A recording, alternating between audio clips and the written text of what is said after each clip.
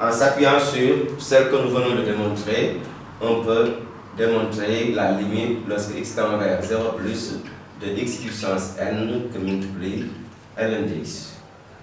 Le résultat, donc, on nous dit que c'est égal à 0. Pour cela, il suffit de faire apparaître la limite, donc celle que nous venons de démontrer. X tend vers 0 plus de x ln de x. En décomposant x puissance n en x puissance n moins 1 fois x. Ce qui donne la limite lorsque x tend vers 0 plus de x puissance n moins 1 fois x ln de x. Or, lorsque x tend vers 0 plus, n étant un entier naturel supérieur ou égal à 2, x puissance n va tendre vers 0. X ln de x, on vient de démontrer ça, lorsque x tend vers 0 plus, ça tend vers 0, et l'opération faite ici, c'est la multiplication 0 par 0, ça donne 0. Par conséquent, la limite, donc, lorsque x tend vers 0 plus de x puissance n, ln de x, c'est égal à 0. Donc, on va rédiger ça. Voilà. On décompose x puissance n en x puissance n plus 1 fois x.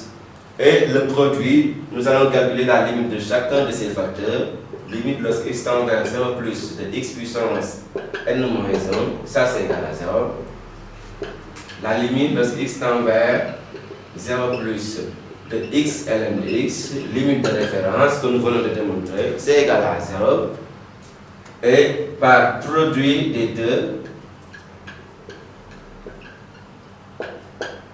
on obtient la limite lorsque x tend vers 0 plus de x puissance n ln de x, c'est égal à 0.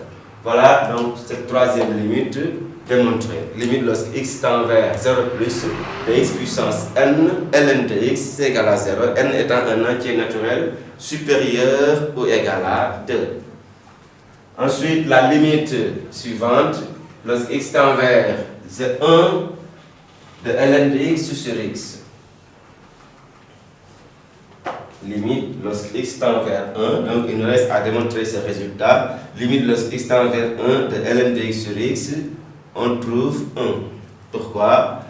Donc on va le démontrer. Limite lorsque x tend vers 1 du quotient ln de x sur x moins 1.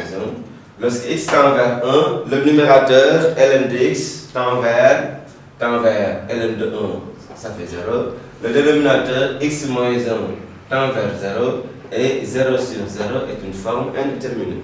Il faut donc lever l'indétermination. Comment? Donc ici, en posant la fonction, donc essayez de d'écrire cette expression sous la forme du taux de variation d'une fonction, laquelle la fonction f de x égale à ln de x. En posant cette fonction, f, on a f de 1, c'est égal à ln de 1 qui est égal à 0. Et cette fonction f est dérivable sur 0 plus l'infini.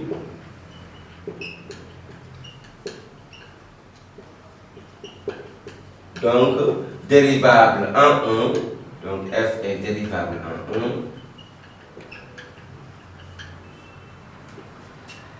1. Voilà. Par conséquent, cette limite, lorsque x tend vers 1 de ln de x sur x moins 1, ça s'écrit encore la limite lorsque x tend vers 1 de ln de x moins 0 sur x moins 1.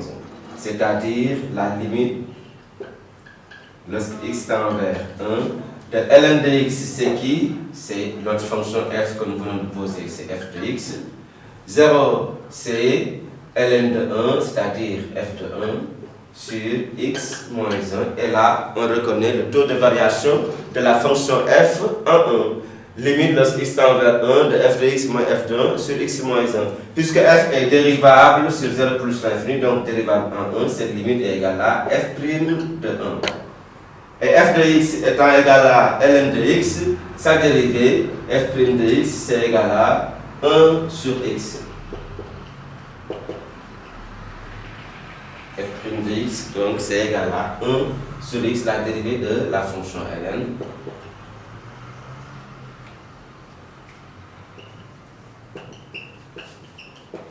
Par conséquent, f' de 1 sera égal à 1 sur 1 qui est égal à. Donc nous venons de montrer notre résultat limite lorsque x tend vers 1 du quotient ln de x sur x moins 1, c'est égal à 1. Donc, quatrième limite de référence qu'on avait à démontrer, la limite du taux de variation ln de x sur x moins 1, lorsque x tend vers 1, le résultat donc c'est égal à 1.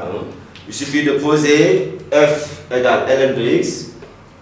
Ensuite, f de 1, donc on obtient f de 1, ln de 1 égale 0.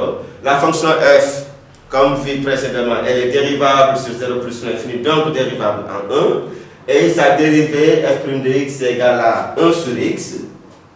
Sa dérivée f' de x est égale à 1 sur x.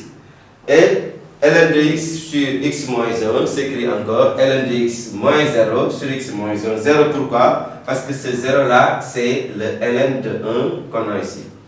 Ce qui permet de décrire l'expression sous f de x moins f de 1 sur x moins 1. On reconnaît le taux de variation d'une fonction f donc en 1. Et puisque f est dérivable en 1, le cours sur le taux de variation nous permet de dire que ça c'est égal à la dérivée de la fonction f en 1, f' de 1. f' de x étant égal à 1 sur x, f' de 1, 1 sur 1, ça donne 1. Voilà démontrer cette limite en plus l'infini. On verra tout à l'heure donc les applications de ces différentes limites.